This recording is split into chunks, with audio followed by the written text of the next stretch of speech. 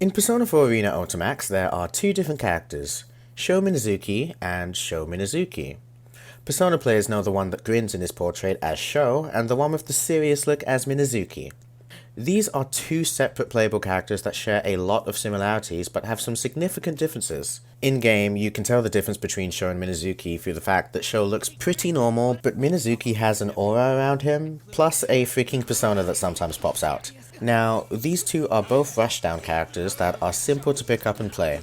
Sharing a lot of their toolkit, they're both infamously known for their huge normals, particularly 5A and Jump B, and a rather balanced toolkit, both sporting strong buttons, strong reversals, projectiles, although they differ by the two, a good anti-air, and pretty much everything they need to be fundamentally good characters. Now where they differ is that SHO has more mix-up options than Minazuki, having an instant overhead and potent cross-ups, but he has a lower damage output than Minazuki and only has 8500 HP, while Minazuki has 9000 HP.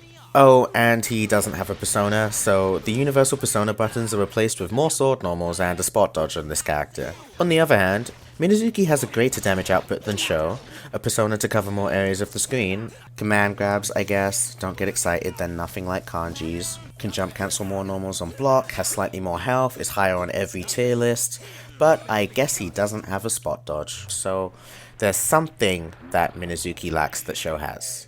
You know, when people find all of this out, some are left with the sentiment that they should just play Minazuki, and he is considered the stronger character, but I promise you, as a SHO player myself, there are reasons to play SHO over Minazuki.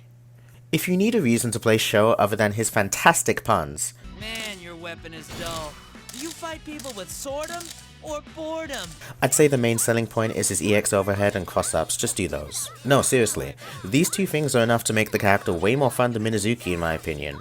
You can come up with a lot of cool mix-ups using these tools that just make him a blast to play. If you play version 1.1, they do come with a learning curve that requires a somewhat strict Kara cancel to perform efficiently, but they removed the need to Kara cancel it for it to work in 2.0, so if you're going to play Persona when it releases on modern consoles, don't worry. You can't go crazy with these mix-ups all the time though, or people will just stop mashing the universal one-button DP and hit you right out of it.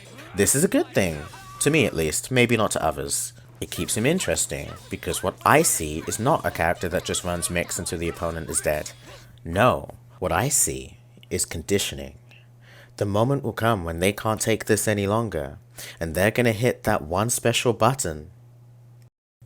They're going to DP, you're going to block, and then the punish. Fuck, I forgot you can super cancel DPs in this game. Or you could play Minazuki.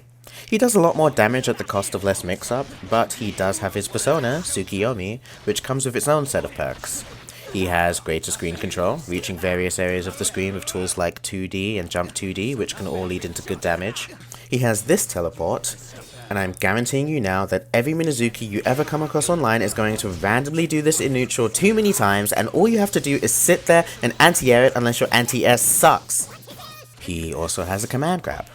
The damage is on the lower side, but the C version steals meter and the D version steals health.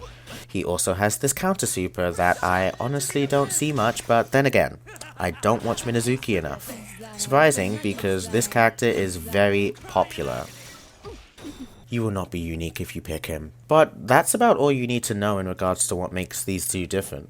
Play SHO if you want a less popular character that has unreactable mix-up options and a bit more creativity in their play. Play Minazuki if you want a strong all-rounder character that's already strong at their core but somehow has even more. In this instance, a character with explosive damage output and options from pretty much anywhere on the screen. But if we're being honest, they both spam 4A until the opponent gets impatient and messes up anyway, so these characters are actually exactly the same.